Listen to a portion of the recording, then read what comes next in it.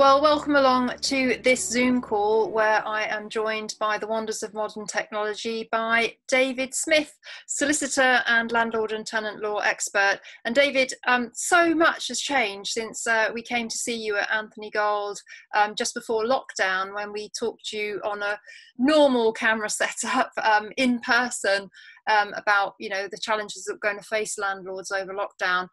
Since then, as I said, massive amount of change, but also change for you because you're no longer at Anthony Gold. You've moved on. So I thought we could start just by where are you and what you're doing now. Yeah, I moved firms to JMW Solicitors. That was already planned before lockdown, but it wasn't something I was allowed to talk about. So I moved perversely during lockdown, and I've yet to actually really meet most of the people I'm purportedly working with. I've met them on Zoom calls, and have not yet met most of them face to face. So it's a slightly odd time to move firms. And, if I'd known about all of this, I might have delayed it for a few months. But there we go.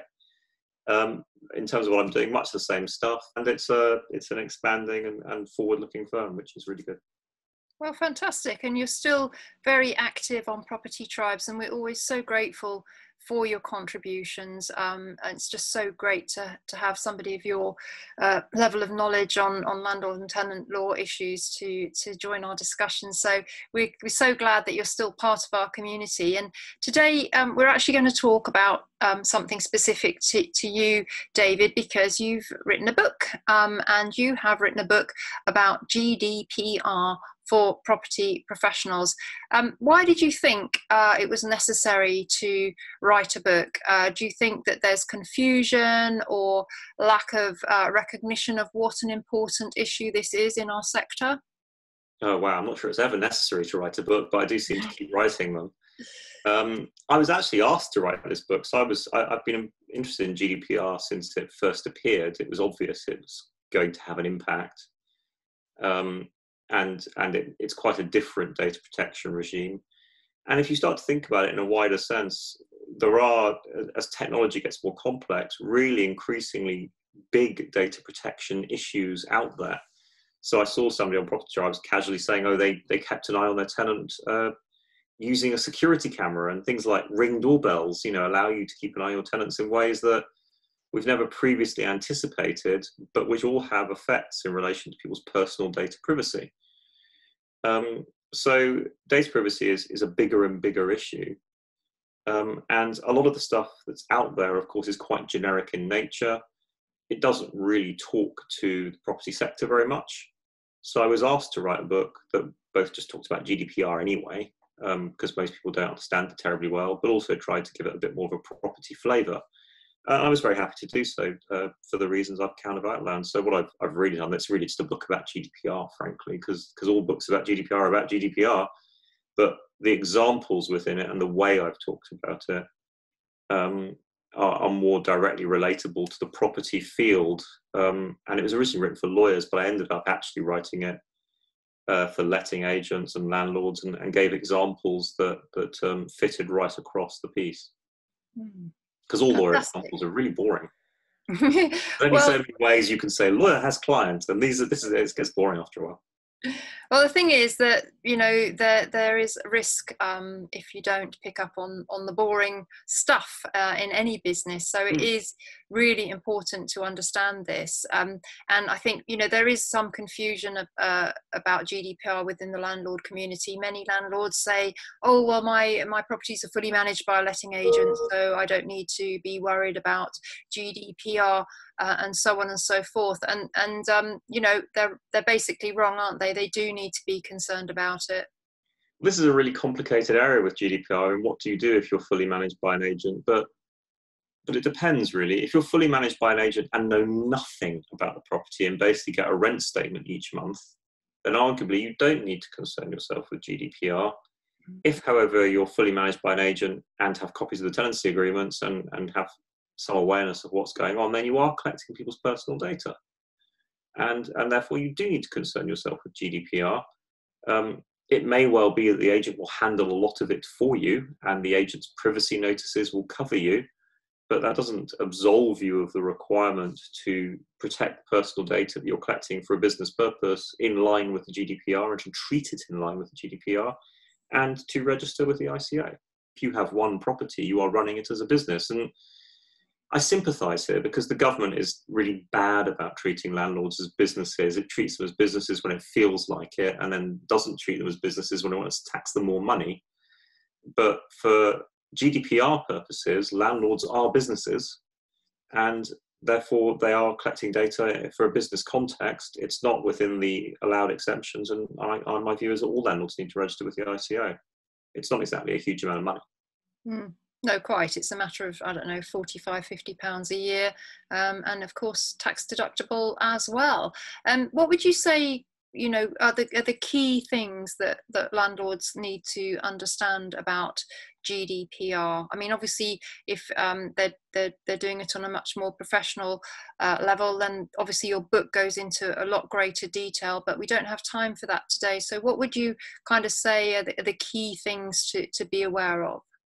Well, the first thing I think is that there's a change from the old regime. You can't just do everything you want to do by consent. Lots of people think that if they put a clause in the tenancy agreement and all terms of business that says, you give me your consent to do whatever I like with your data, they're free to crack on in any way they please. That's not the case. Consent is not a big deal under the GDPR. That's the old data protection regime.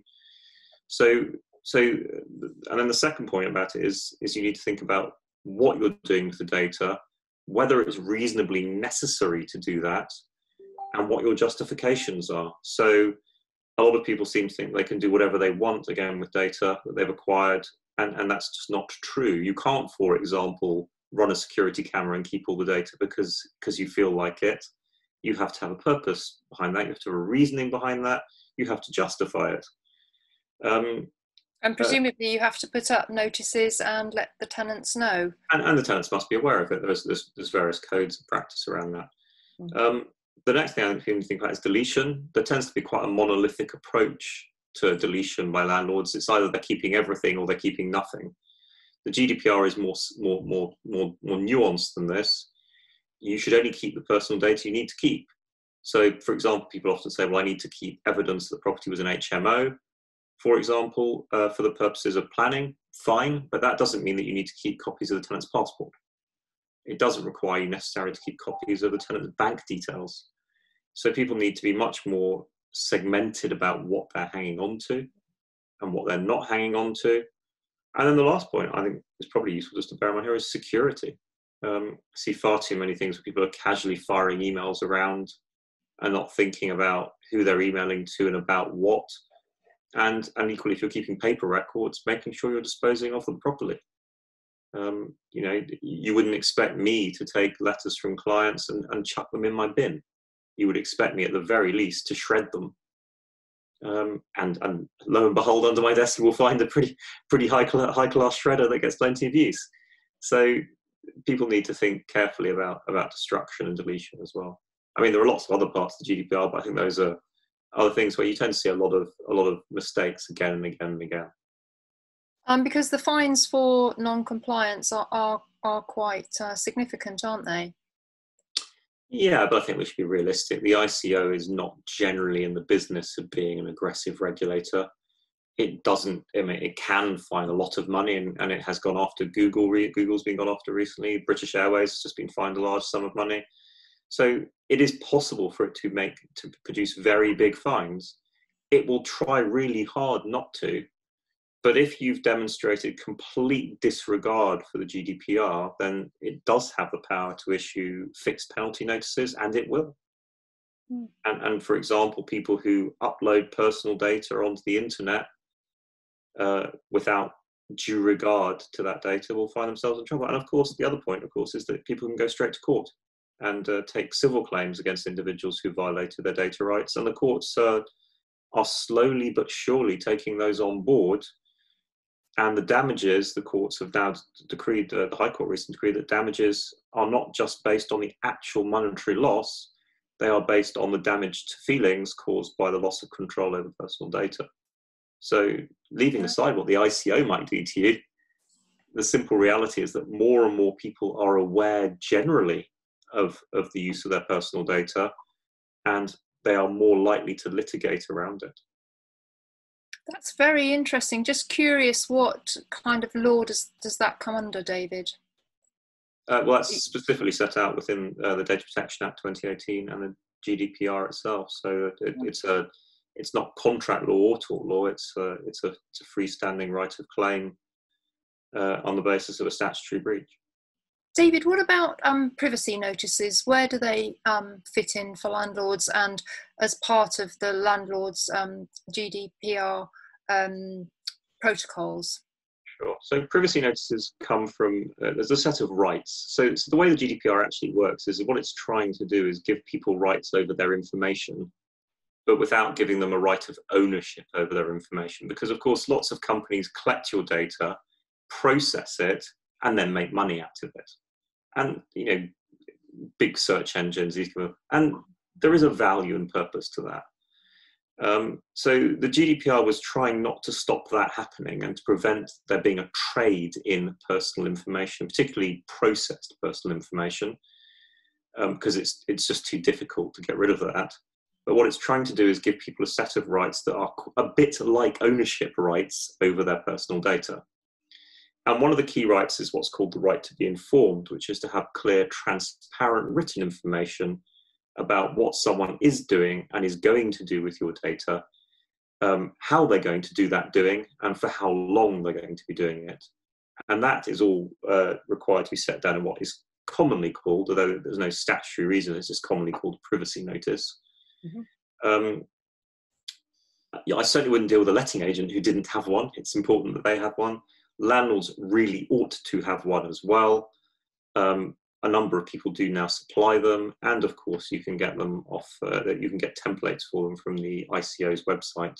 But generally speaking, what you're trying to do is set out for individuals who you are, what you're collecting, why you're collecting it, what you're going to do with it, anyone else you're going to let play around with it, which might include just your email provider, but it might include someone more substantial, and then how long you're going to keep it for. And then also you broadly have to set out what their protection rights are and their right to complain to the Information Commission. Okay, those are increasingly common. And indeed, I'm sure most people have in fact had them by email, or you've seen them at the bottom of websites. So increasingly people are quite bombarded with data protection privacy notices.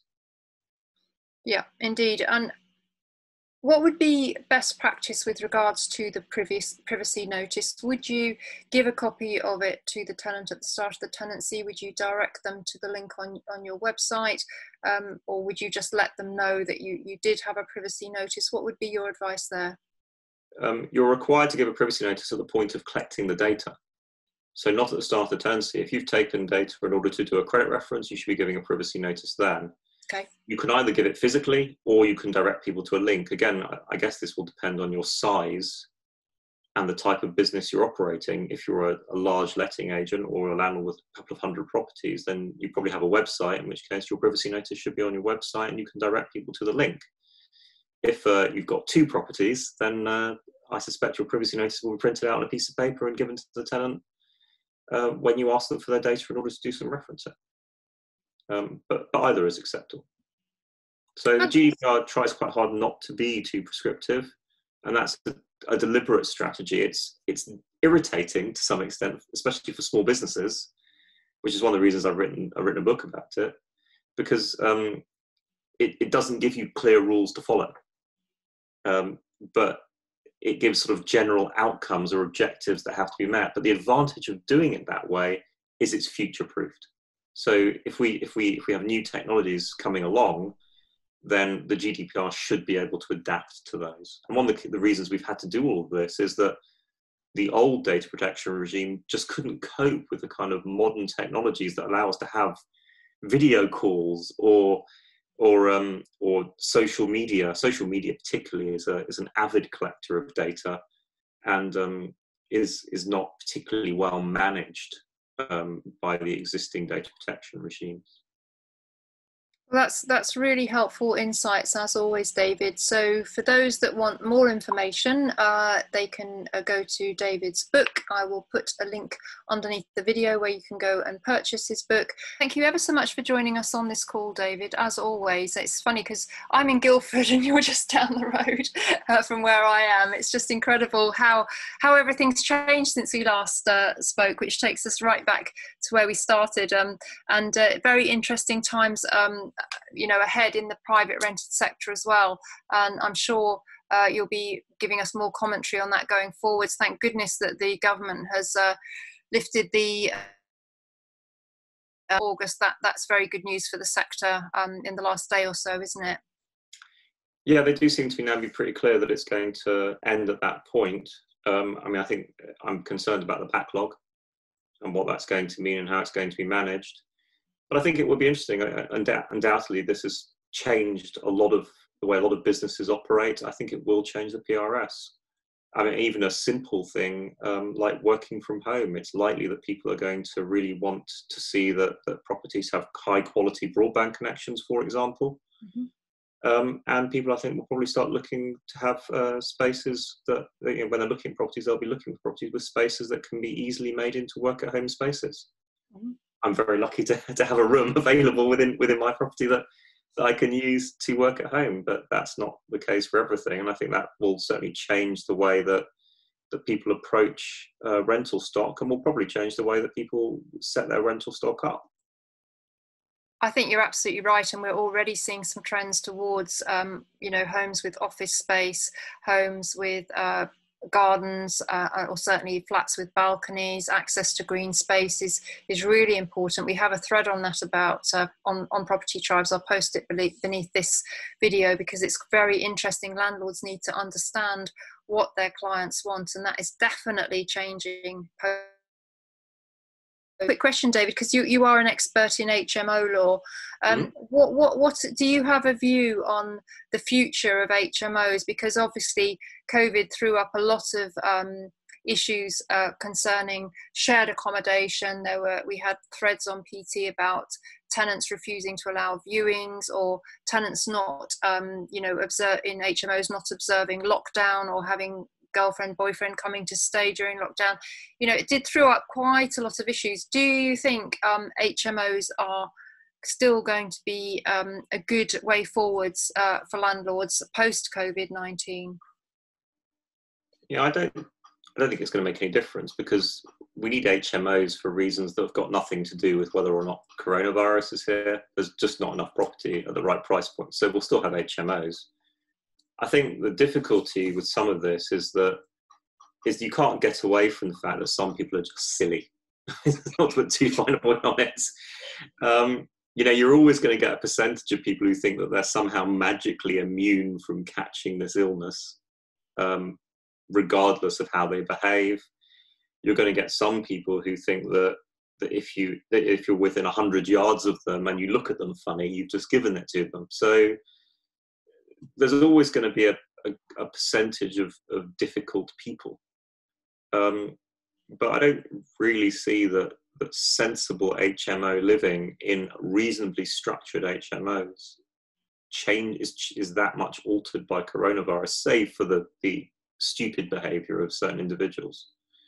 I suspect what you'll probably see is that if there's to be a trend, it will be for more adapted HMOs. So rather than HMOs that just happen to be houses that have been sort of casually altered, it'll be a trend towards HMOs that are much more purpose-built, and have more personal space. So whether that's, for example, putting in en suites and tea points, for example, so people can carry out a certain amount of basic cooking without leaving their room, increasing congregation space options so that people have a choice whether they go into the TV room or the sitting room or the garden. I suspect that will tend to be a trend, but that was already a trend. I mean, the reality was that we were starting to move away from HMO V1, which was basically a house with an awful lot of beds in it, towards HMO V2, which was actually a property that had significant alteration and adaptation done to it, in order to make it highly suited towards HMO use. And I think that trend will just continue. It's just what those HMOs look like will be slightly different. Oh, well, fantastic to hear your view on that. So we'll put a link to David's book about GDPR for property professionals underneath this video. And all that remains for me is to say congratulations on your book, David. Thank you for writing it. I'm sure it's going to be a very useful resource tool for the property sector, and good to see you again.